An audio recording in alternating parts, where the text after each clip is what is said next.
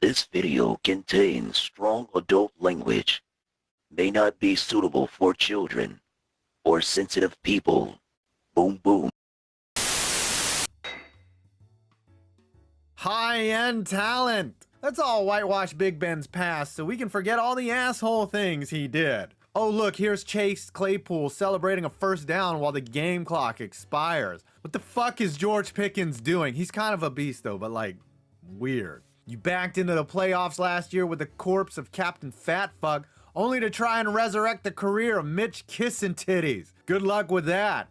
You need a massive rebuild, but 8 to 9 wins will be good enough. Forever. And never forget the absolute thrashing by your bullying victim, the Browns, in the playoffs. Jerome Bettis' Super Bowl win in Detroit. This time, the Riders helped the gold and black out. The Steelers, following a 15-1 season that ended in the AFC Championship, were a mere wild card entry in the 2005 postseason. But before the season, 33-year-old running back Jerome Bettis mulled retirement, but was enticed into one last ride thanks to a promise from Ben Roethlisberger that he would take the bus to a Super Bowl. It probably went like some scene from Necessary Roughness. As luck would have it, Super Bowl 40 was set in Detroit, Michigan, Bettis's hometown. This took particular forethought from the Riders, who had to coordinate the Super Bowl bid with Bettis' retirement, but of course, they made it work. The Steelers would have to win 3 road games to get to Detroit, and surprise, surprise, they were able to do that. The road to Motown began in Cincinnati, where Kimo von Ohlenhoffen took out Carson Palmer's knee on the very first drive of the game. Apparently, the Riders didn't tell Palmer this, and he was pretty pissed. A week later, the script called for some more tension when Bettis fumbled at the goal line, prompting Big Ben to make a game-saving tackle on Colts defensive back Nick Harper. Indy nearly came back, but the Riders added in another plot twist, with the idiot kicker Mike Vanderjagt shanking a field goal at the buzzer, and the bus was headed to Denver for the AFC title game. Denver was the setting, of course, because it's the same city linebacker Joey Porter was shot in the ass in 2003. They shot me in Denver. You know! Man, what a great line by the Riders. Pittsburgh took care of Denver at Mile High, bullying Jake Plummer so hard that he turned to mushrooms in order to cope with the trauma. Then came Detroit. Against the Seahawks in his hometown, Bettis only rushed for 43 yards because the Riders wanted to keep things more on the realistic side, but did make sure the refs called the worst game of their life, establishing a clear antagonist for Seahawks fans. The bus rode off into the sunset, that beautiful Motor City sunset with the abandoned factories digitally removed. The stadium that will always be known as Heinz to me, duh, the mustard-colored seats, it still has done a good job of being an above-average stadium with outstanding charm and character, even if it's filled with yinzers. Acrisure is effing awesome. It's Heinz, but it's effing awesome. So they just opened a museum / Hall of Fame this past winter. And it is gorgeous. Like, it's really, really nice. They have an interactive part where you can go and like call plays and they take a video of you and it's like doing karaoke, but like you could get like Santonio Holmes like catching like the game-winning touchdown in the Super Bowl and you like just commentate it and stuff. So that's really, really cool.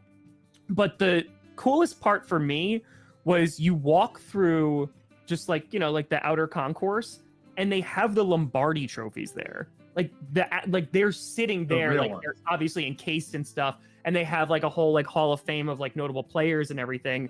But it's like Steelers football. Obviously, you know, you got Pittsburgh, their locker room is super duper nice too. You have the Steelers one, which is right next to it.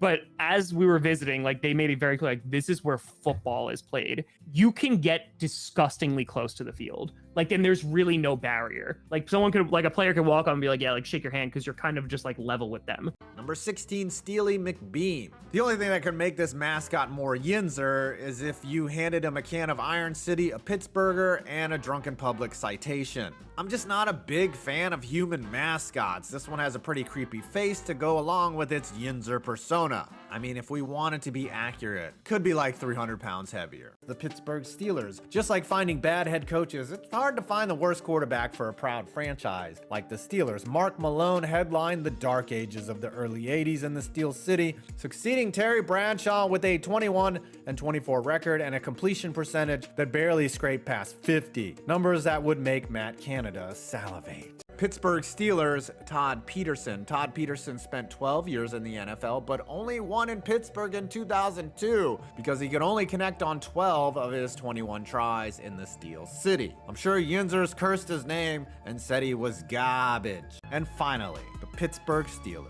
Ray Lewis.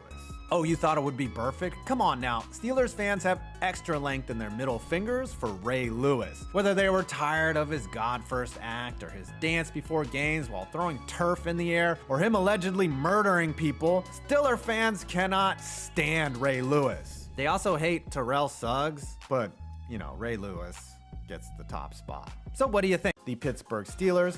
How do I not give it to Antonio Brown?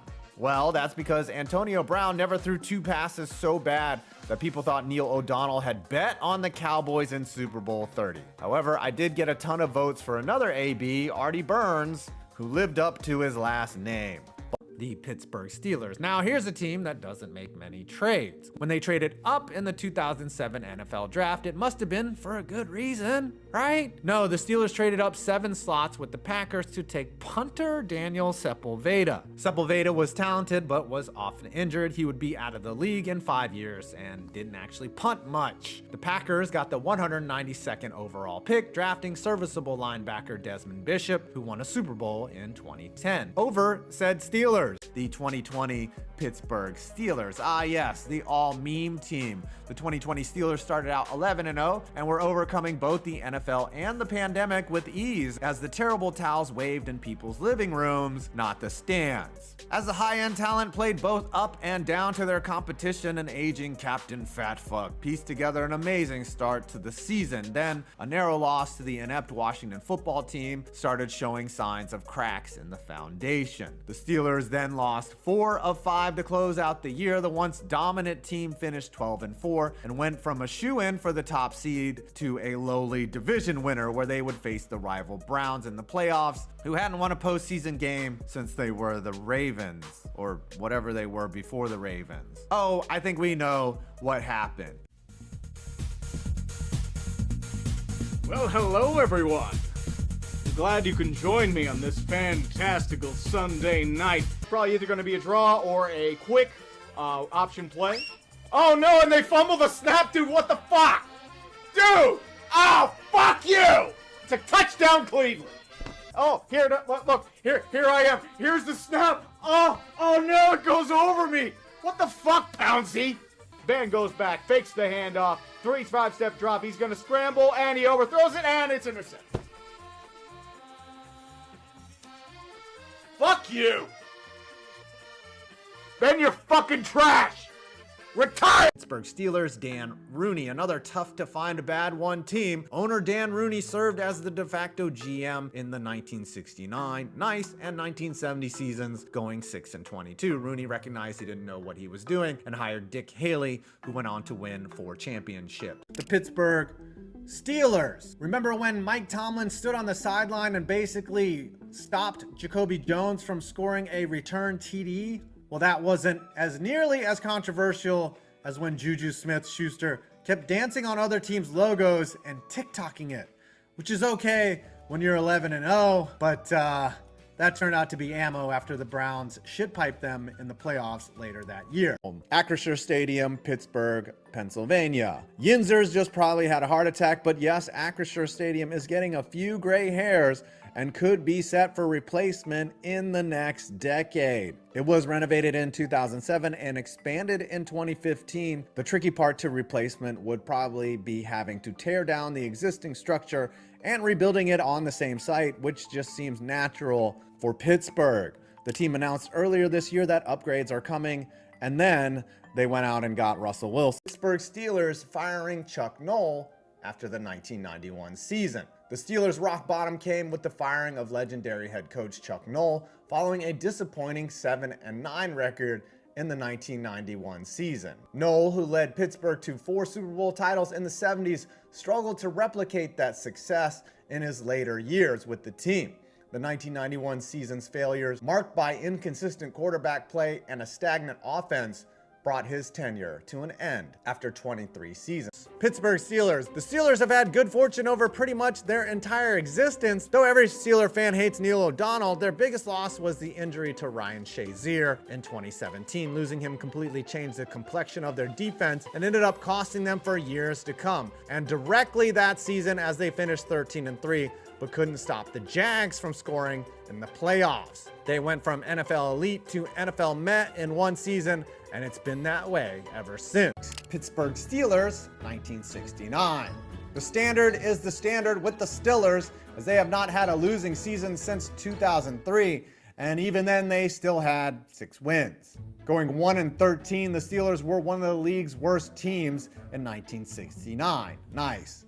However, this miserable season marked a turning point as it led to the hiring of Chuck Noll and the drafting of Terry Bradshaw. Still, at the time, fans had little reason for optimism, as the team had been a bottom dweller for years. Yes, the Steelers were bottom dwellers once upon a time. Pittsburgh Steelers. Ah yes, arriving into the playoffs while falling apart like an old cashmere coat is a Steeler tradition unlike any other. 4 straight horrific losses to end the season. Poor pizza box.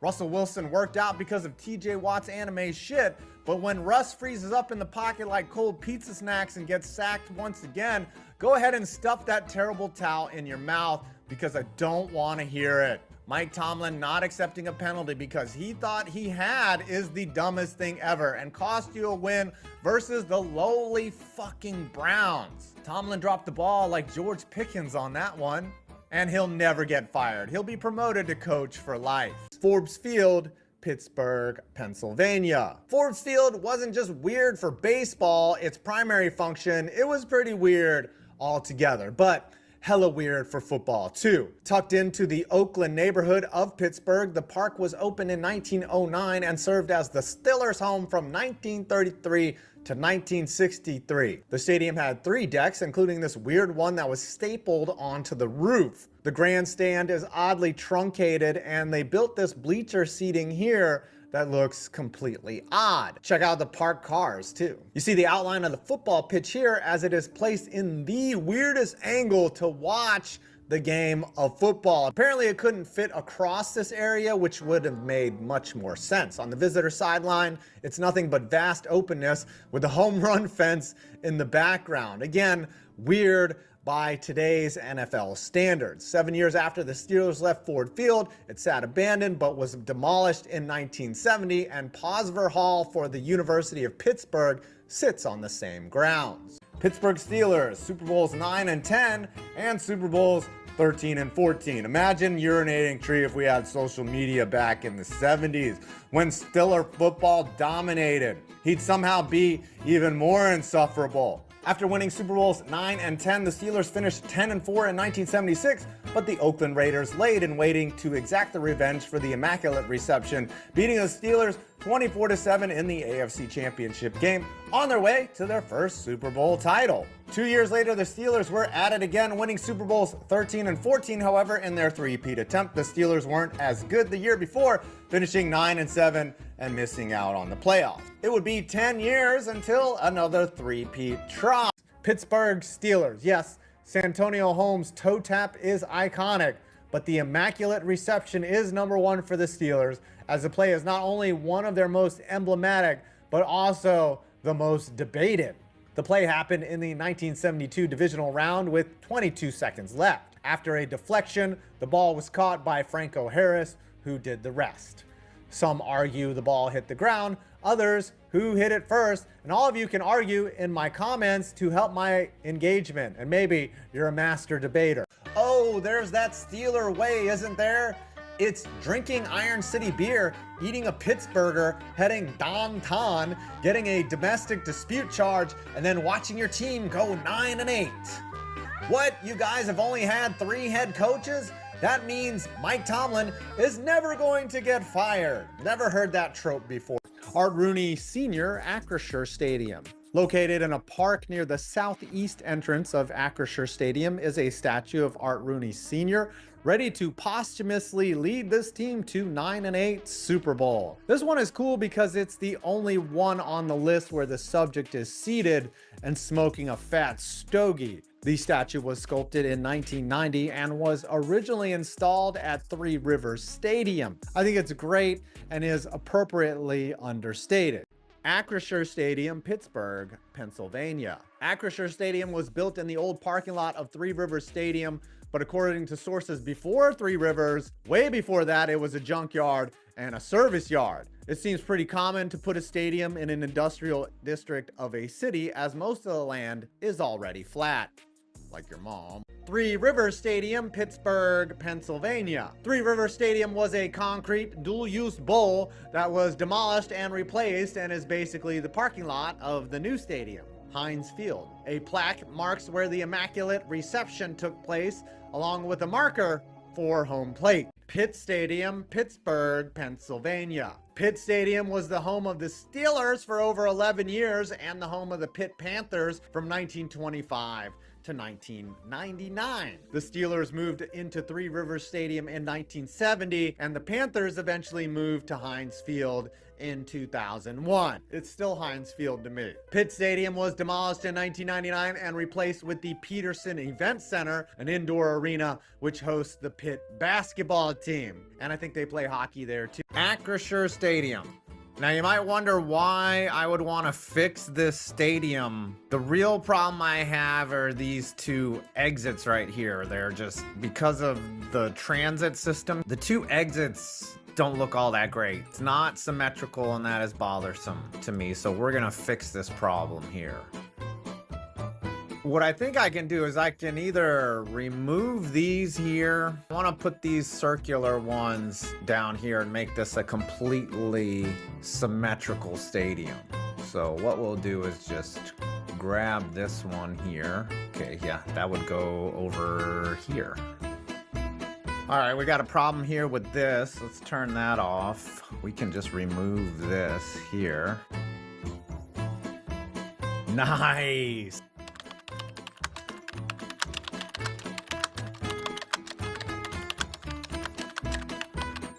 We got ourselves a symmetrical stadium. Look at that. Back it up. Oh. Acrisure, Heinz Field, you have been fixed. Now here we are. Look at ya. The 2000s Steelers. If there was one team in the 2000s whose success depended more on the Patriots, it was Pittsburgh. They won 2 Super Bowls in 2005 and 2008, but they didn't have to play New England either time. In addition to those 2 Super Bowls, they also had the AFC Championship game at home in both 2001 and 2004, but lost each time to the Patriots. If not for New England, the 2000 Steelers might have replicated their dynastic run from the 1970s. Pittsburgh. Your quarterback Ben Roethlisberger is a fat slob who is essentially Jameis Winston if Winston was actually good, and Ben hasn't even been good in at least 2 years. He's an obese checkdown merchant that throws ill-timed interceptions. Your best receiver since Antonio Brown left town is Juju Smith-Schuster, who means well but remains the most annoying player in the league. Defensively, you'll probably be good in the regular season again just to shit your pants in the playoffs. Mike Tomlin has won a lot of games and even a Super Bowl, and yet he still instills zero confidence that he'll make a good decision in a big spot. Your team lost a playoff game to Tim Tebow, which should have resulted in your franchise being audited by the league. Your fans are mostly boomers who constantly bitch about how things today aren't like they were in the 70s and how they wish Chuck Noll or Bill Cowher were still the head coach. The team will be in the hands of Mason Rudolph, who, unless he magically becomes elite, will always be most remembered for liking Tommy Loren's IG post and nearly being killed on the field by Myles Garrett with a helmet. Steely McBeam, Steelers. His name is Steely as a nod to the Steel City, aka Pittsburgh. Get it? Anyway, this Rob Riggle lookalike is a solid, not great mascot. It has a look on its face of somebody who just aggressively asks you if you have a problem and want to fight about it. This dude definitely looks like somebody who drinks and smokes nonstop, yet won't get the vaccine because he, quote-unquote, knows the government put poison in it. Rating, 6 out of 10. Pittsburgh Steelers, Terry Bradshaw. That's right, I'm taking Bradshaw over the famous women respecter Ben Roethlisberger. Roethlisberger has the better stats, there's no question about it, but that's largely due to the era he played in. Bradshaw got off to a brutal start in his career, which heavily influences his career stats, but his peak years were excellent for his era. He made 3 Pro Bowls and won league MVP in 1978. Bradshaw also benefited from the Steel Curtain defense, but Roethlisberger also had elite defenses for most of his career. The real reason I went with Bradshaw is that he was a better postseason quarterback and excellent in the Super Bowl. He won 2 Super Bowl MVPs, and you could argue he deserved deserved a third Super Bowl MVP in 1975. Ben was not great in the playoffs and especially not in the Super Bowl. Don't let Bradshaw's moron act he puts on for TV fool you. The guy could play. He had a rocket arm and he accomplished a lot. Pittsburgh Steelers, Kent Nix. We think of the Steelers as one of the blue blood franchises of the NFL thanks to their consistent success since the 1970s. But before the 70s, they were seen as a joke, and bad quarterbacks like Nix were a big reason why. In 3 years in Pittsburgh, he threw 14 touchdowns, 33 interceptions for a 46 passer rating. He started 12 games and went 3-9. He would later go on to play for the Bears, who can't help but attract terrible quarterbacks. Pittsburgh Steelers 2001 AFC Championship game. Arguably, no team was hurt more from the Patriots dynasty than the Steelers, and it all began in the 2001 AFC Championship game. Pittsburgh came into the game as 10-point home favorites, but things quickly turned dire. Despite Tom Brady leaving the game in the second quarter due to an ankle injury, Pittsburgh fell behind 21-3 midway through the third, thanks in large part to 2 special teams touchdowns by New England. Pittsburgh eventually got it to 21-17 heading into the fourth, but Cordell Stewart, who committed 4 turnovers on the day, threw 2 back-breaking interceptions in New England territory to seal the 24-17 win for New England. Pittsburgh Steelers, Cordell Stewart. Terry Bradshaw gets called overrated a lot, but the guy won 4 rings, 2 Super Bowl MVPs, and a league MVP. I could argue he's actually underrated at this point. Anyway, on to Stewart. He had super high hopes early on due to his insane athleticism and rocket arm, but for all the hype Slash received during his time as Pittsburgh starter, he always collapsed in the big moments, most notably in the 1997 and 2001 AFC Championship game, both at home.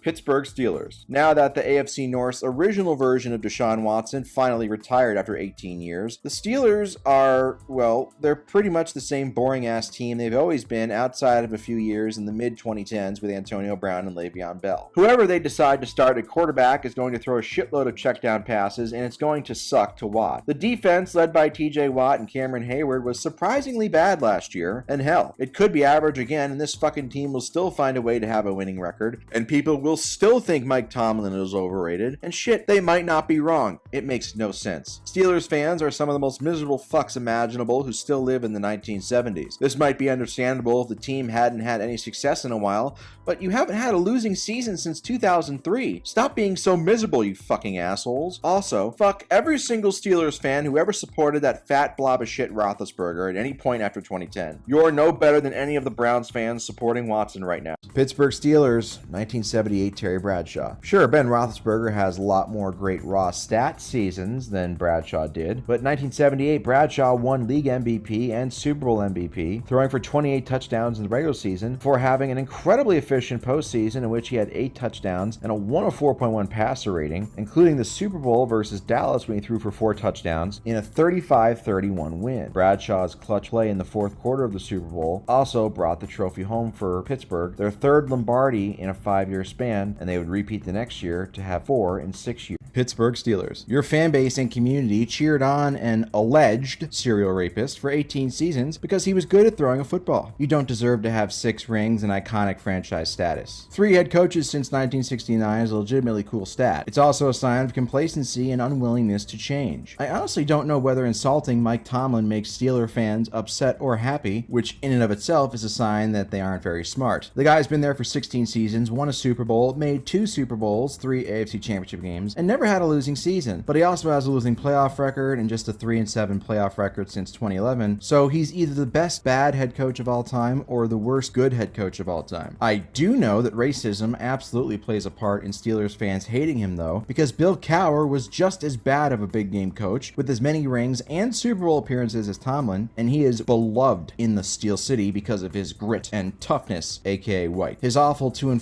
AFC Championship game record, with all 4 losses coming at home, should have kept him out of the Hall of Fame. Steelers fans supported Deshaun Roethlisberger for 18 years, yet absolutely have a cow anytime a black player celebrates a touchdown because they quote-unquote don't like showboating, wink wink. The Steelers are one of the few NFL franchises with more Super Bowl wins than attractive female fans. Kenny Pickett's absolute ceiling as a quarterback is being baby hands Alex Smith. Najee Harris is Trent Richardson 2.0 with better PR. George Pickens is the only exciting player on your roster, and for the upteenth straight season you will be the most boring team in the NFL to watch. You're the Iowa Hawkeyes of the NFL, right down to the uniforms and racism. Oh, you expected all of these insults, huh? Well, I guarantee you didn't expect this next one I'm about to drop. Mario Lemieux was not a better player than Wayne Gretzky. Fuck all of you, but with consent, of course, something Big Ben doesn't know about. Pittsburgh Steelers. If you don't know by now, the name Steelers is a reference to the steel mills and the blue-collar workers in Pittsburgh, which is famous for its steel mills. But did you ever think about what happens to those steel workers inhaling all that dust and fumes and asbestos and all that shit? It leads to respiratory problems, asthma, bronchitis, other long-term issues, including the black lung, not to be racist. The Pittsburgh Steelers name, while on the surface seems like a tribute, it's actually offensive and making fun of all the blue-collar workers who suffer and die basically doing hard manual labor. If I was a resident of Pittsburgh, I would be very, very offended by this, and I would be demanding that the team change their name to something more classy, like the Pittsburgh Roethlisbergers, for example. It's Pittsburgh Steelers, Kenny Pickett. Looking for classy Ben Roethlisberger's replacement, the Steelers selected the hometown kid, the Pittsburgh quarterback, 20th overall in 2022, and although he does have a winning record, 14-10, that's largely due to him being carried by his defense and doing the absolute bare minimum to win games. Thus far in his career, he now is with my Eagles as backup. He has thrown 13 touchdowns to 13 interceptions, a passer rating below 80. He has one of the worst touchdown percentages ever in the history of the league. The only thing he seems to be good at is accumulating fourth quarter comebacks and game-winning drives in games he does win, but that's really not saying much because no team can be taken seriously with Kenny Kitten Mittens as their starting quarterback, and the Steelers knew that, which is why they got rid of him after just 2 seasons when he was supposed to be the successor to Ben Roethlisberger, and now he's the Eagles' problem. Great job, Hal. Pittsburgh Steelers, 1970, Terry Bradshaw. Oh, another Hall of Fame quarterback who is considered overrated and shouldn't be in the Hall of Fame, even though I think Terry Bradshaw, again, has kind of become so overrated that he's underrated at this point. But you know what? There's no way around it. His rookie season was as bad as people make it out to be. He completed 38% of his passes and had 6 touchdowns to 24 interceptions, shut out Kobe Game 7, for a 30.4 passer rating. He also took 25 sacks. It's just an absolute mess. And he really would not emerge as a premier quarterback and live up to his hype as a first overall pick, really until about the 5th or 6th season of his career, which coincidentally was when the Steelers dynasty of the 70s started. Pittsburgh Steelers. You know, the easy target here would be Mike Tomlin and talk about Ben Roethlisberger being an alleged multiple-time rapist, which I certainly have made enough notice of in my time on YouTube. But I feel like Steelers fans, if I just went in on Mike Tomlin being bad, they would just agree with me. If I said, oh, you guys haven't won a playoff game since 2016, oh, they would agree with me. But again, so you have to go, what do Steelers fans hold dear? And that's the memories of the Steel Curtain from the 1970s when they won 4 Super Bowls. But guess what? Those 4 Super Bowls don't actually count because the Steelers back in the 70s, the Steel Curtain, were on shitloads of steroids, allegedly. And I say allegedly just to avoid being sued. But these guys were jacked to the tits, allegedly, in this stuff. And it was a massive advantage for them, allegedly, because they didn't have any opponents that were doing the same thing as they were, allegedly. So really, those 4 rings that they got in the 70s, they don't really count. So guess what? That means that the Eagles and the Steelers really have the same amount of Super Bowl rings. Isn't that amazing? So the Steel Curtain in the 70s, they were all doing steroids. They were all cheaters, allegedly. And there's so much evidence of it too if you just Google it. So just do it. Do your due diligence. That's what I did. That's why I'm a clever. Pittsburgh Steelers, their biggest need is quarterback. Now, I was going to say, I came very close to saying their biggest need is a head coach change, but I let it slide. So I'm going to say quarterback because you got Russell Wilson, who didn't play terrible last year for the Steelers, but you got Justin Fields. But it's kind of like, what do the Steelers want to do? Do they want to go all out? Do they want to really try and reset at that position? Or are they okay with just merely being good or respectable? The end of the year, the offense really struggled. They scored just 14 points in their last 5 games, the 5-game losing streak. So they're either going to re-sign Wilson or Fields. Personally, I would just go with Wilson again because he's proven to be capable of having good stretches of play, more so than Fields, in my opinion, even though Fields is a more physically gifted quarterback. But I do think you're going to see the Steelers definitely try to go after a first-round quarterback in 2026. Pittsburgh Steelers, 1974. This was the easiest pick in this video, and this is probably the greatest draft class any team has ever had, okay? It's really this simple. In their first 5 5 picks, the Steelers drafted 4 Hall of Famers. Yes, 4 Hall of Famers in their first 5 picks. And what year was this again? Oh yeah, 1974. And what year and what span did the Steelers win 4 Super Bowls in 6 years? Oh, from 1974 to 1979. Wow, do you think that this draft class might have been a big reason for that? I think so. You drafted 2 Hall of Fame wide receivers with Lynn Swann and John Stallworth. Jack Lambert, Hall of Fame linebacker, 6-time All-Pro. Mike Webster, one of the greatest centers of all time, 9-time Pro Bowler, 5 first-team All-Pro. Then you had other guys. Jimmy Allen was a starter. Charles Davis was a starter as well. And in addition, just as a side note, they also signed a guy named Donnie Shell as an undrafted free agent, and he went on to become a Hall of Famer as well. So the Steelers, in one offseason, acquired 5 future Hall of Famers. That's how you become a dynasty right there. Pittsburgh Steelers, Ladarius Green, 2016. This was a complete potential signing, meaning that they signed Ladarius Green based on potential after his first couple seasons with the Chargers. So they signed him to a 4-year deal worth $20 million and $4.8 million guaranteed, and their return on investment was 6 games and 1 touchdown catch. And Green had to retire because he had concussion problems, so it's not all Ladarius Green's fault, but the bottom line is that the Steelers invested a ton of money in him at a pivotal position, the tight end position, to help replace Heath Miller, and he did not come through. Pittsburgh Steelers, Mike Tomlin. You see, this is why I make these videos, because in the real world, Mike Tomlin would probably have been fired a long time ago, and certainly if it were up to Steelers fans, he would have been gone probably a half a decade ago. But this is why organizations matter, because every organization is different, and the Steelers, they just don't fire coaches. They just don't do it. They'll fire coordinators, or they'll fire people in the front office, but they just don't fire their head coach, okay? That's just what they do. So Mike Tomlin, doesn't matter if as long as Mike Tomlin keeps churning out 9-10 win seasons and the Steelers keep making the playoffs, then he's going to keep this job for as long as he wants. He's going to keep it forever. Even though he probably shouldn't be, he shouldn't, and even though his playoff record since 2010 is absolutely horrendous, and he hasn't won a playoff game in nearly a decade, I hate to tell you, he's going to have this job really for as long as he wants it. So just despite the lack of playoff success, despite all the frustration, his hot seat ranking is a minuscule 2 out of 5, because that's just how the Rooney family roll.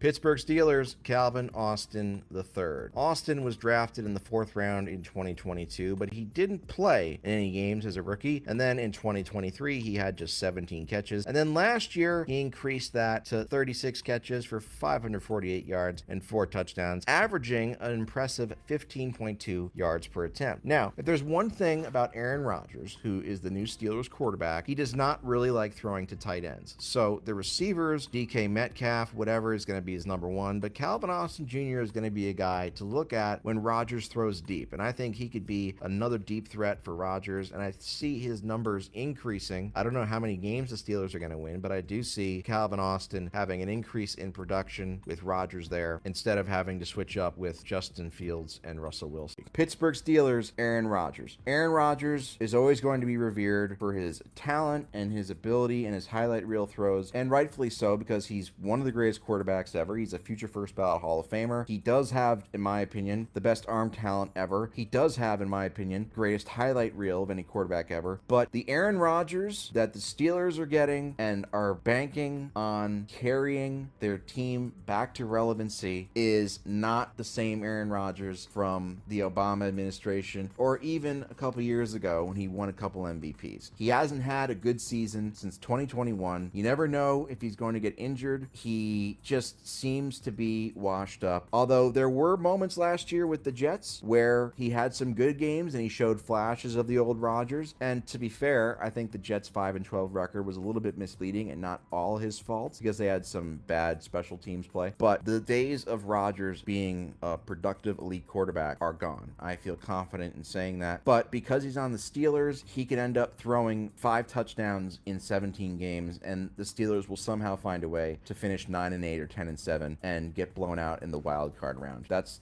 just how it goes. But Aaron Rodgers at this point of his career is over. Pittsburgh Steelers, Aaron Rodgers. We all know the narrative, Aaron Rodgers, that he's completely washed, and he hasn't had a good season since 2021, the last time he won MVP. But even though, for the most part, his tenure with the Jets was a failure, and especially last year, the Jets went 5-12. If you really go back and look, the Jets were their special teams completely sold the Jets several times. So the Jets were really more like a 500 team last year instead of a 5-12 team. And Aaron Rodgers, especially as the season season went on, he did have a couple games where he did look vintage. He still looked like a capable quarterback. So the end is nigh. This is probably going to be his last season, but I don't think this is a 2015 Peyton Manning type of situation where he's an actively horrible quarterback. And this is just me kind of rambling. You know, to me, talent-wise, he should have finished his career as the best quarterback ever. He should have had a career like what Mahomes is having, based on his arm. To this day, I've never seen a quarterback throw a football better than Aaron Rodgers. Aaron Rodgers' A game is better than any other quarterback's A game ever. The problem is that he didn't have that A game show up enough when he needed to. Okay, but at his best is better than anybody else's best that I've seen with my own eyes. But you know, even though you say he's had a quote unquote disappointing career, 4 MVPs and a Super Bowl MVP, still absolutely nothing to sneeze at. Still very legendary. And just looking at the team he has now, the Steelers, you know, they always find a way to win 9 or 10 games under Mike Tomlin. As we all know, Tomlin's been there for 18 years now. This is his 19th year. He's never had a losing season, right? And I just have a sense that Rodgers is gonna be another year where the Steelers win 9 to 10 games and they find a way to get a wild card spot and they go one and done. And when they do that, when the Steelers have their annual wild card desecration, right? Aaron Rodgers will finish his career with an 11-11 playoff record, perfectly balanced as all things should be. His prove it rating, he has nothing left to prove, despite all the weirdness. 0 out of 10.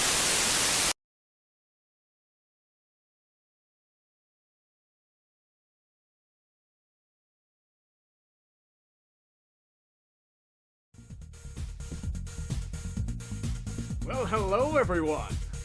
I'm glad you can join me on this fantastical Sunday night, right after the Nickelodeon Bowl. And the MVP, let me get some good stuff on here. Hello, ladies and gentlemen. I say that a lot. There's probably like 3 ladies in here. I really don't care. Welcome to the Wild Card Extravaganza.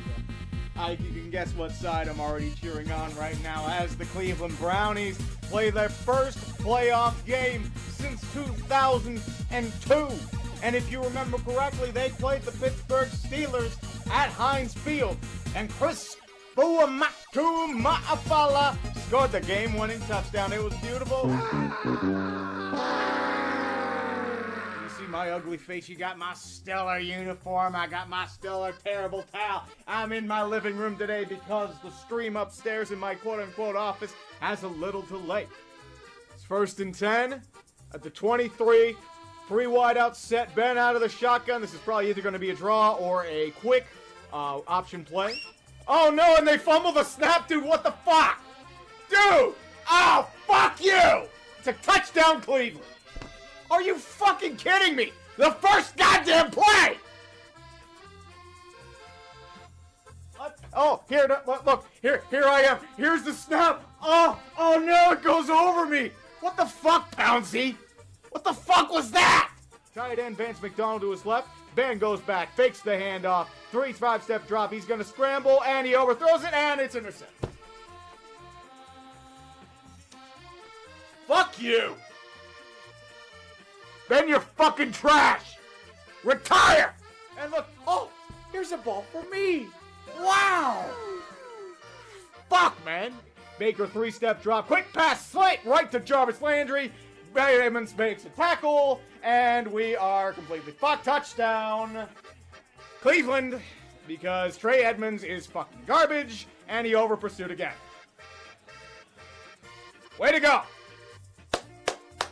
3 plays, 46 yards, 1 minute to go, because nobody can fucking tackle Jarvis Landry. They're going in I formation, Vance back in motion too, a lot of trickery. Go up to Derek Watt, and he is stuffed. Oh my god, it's like you tried the same thing over and over and they're ready for it. Holy shit, it's like he got beaten off the line. Incredible. Incredible. Someone give Randy Fichtner a coaching job. I'm dead serious. I don't want this fucker anywhere near the Steelers anymore. 1st and 10 from the Steelers 48. Baker at the shotgun tosses to Nick Chubb. He's got another big hole. This team can't block shit. We are down to the 28. Because, yeah, we are getting fucked right in the ass. See, this is the Steelers. This is reality. Right in the goddamn hole. The entire sphincter is being removed. This is how it's going. We are ripping out the prostate and we are just crushing it with our own bare fists. That's what's happening with the Steelers right now. This is embarrassing. It's another 1st and 10. Nick Chubb goes back. He gains a 1 yard. 1 yard. Way to go. Good job, boys. You can stop the run game. Congratulations. And we got another $100 donation. And as I do that, we get another touchdown from the Browns. It is 21-0. Great. Yay. 21-0. Woo! Hold on, let's get the towel out. 21-0 in the first quarter. Let's go, Steelers! Woo! Woo! Fucking trash. This stream is blowing up because you want to see me fucking melt down. Guess what? You're gonna get me melting down. Congratulations. You get to see me pissed off because the Steelers are shitting the bed. They are taking a massive fucking dump all over fucking Heinz Field. Because this is how it is. Gutless fucking trash.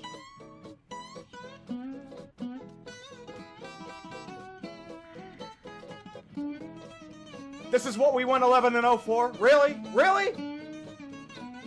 Really? That's it. Yep. Pouncy, you fucking trash. Fuck off my screen. Terrible towel. Fuck off three. Then back to snap, another 3-motion pass. He throws, and it's intercepted again. Intercepted because our receivers can't catch fucking shit. Way to go! It's going to the 30. He's going to the 20. He's going to the 15. Way to go! Way to fucking go! Way to go! Excellent work! Excellent work! Good job! Go fuck your wives tonight! You've earned it! You've earned your paychecks! Way to go! He's gonna give it to Kareem Hunt, and he's got a first down. He's got a touchdown! Way to go! Woo! Woo! Woo! Yeah! Touchdown! Yeah! Touchdown! That's right! 27 to fucking nothing! Way to go! Good job! Congratulations, you fucked it! You fucked it so hard, it's now 9 months pregnant by proxy. Good job! Way to go! Way to go! Way to go! Way to go! Hey, maybe we can make a Pittsburgh sandwich out of the puke and thwart mucus that comes out of it. Way to...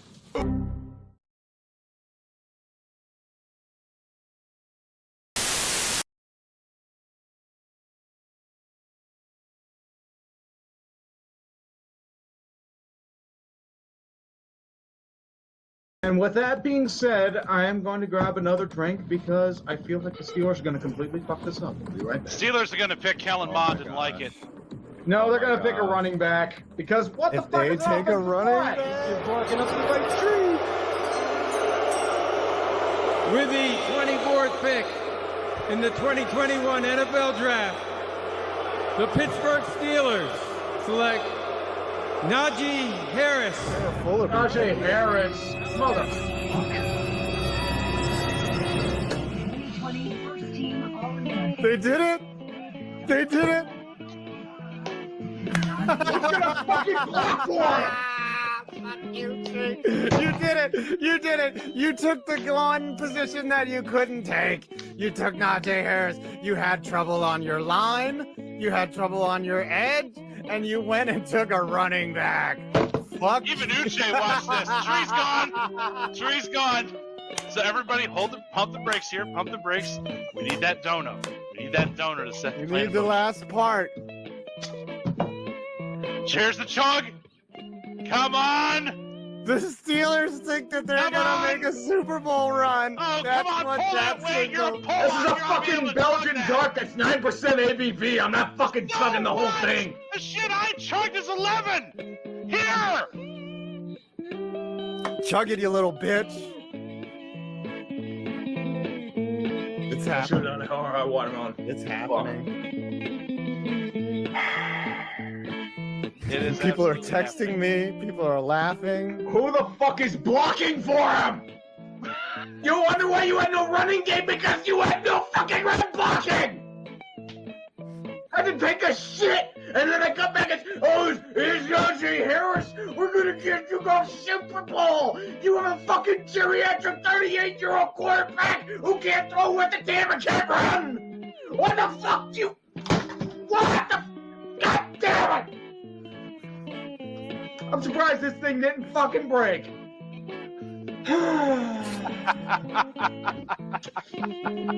Yeah, because the last time we drafted a running back, it worked really goddamn well for the Steelers.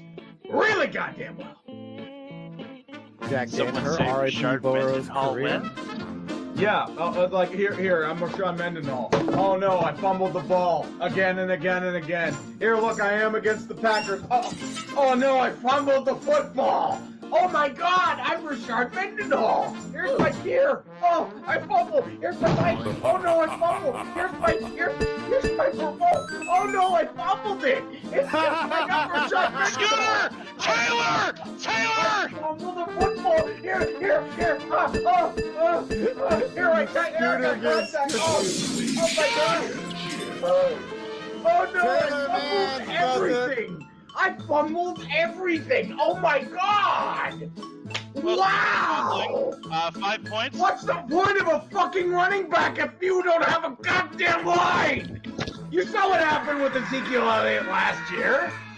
You saw what happened with Saquon Barkley. Drop the fucking line! Your center retired, your guard's gone, your tackle's gone. Then Castro's regressed. Your right tackle's a huge question mark. Who the fuck are you gonna block? Hey, don't get me wrong. I don't have an issue with Najee Harris, the player. But who's fucking blocking for him? That's all I ask. Jesus Christ. Of course you're fucking laughing. Look at this motherfucker laughing. He's walking out. I'm drinking Trois Pistoles from a Unibrow Brewery. I'm gonna...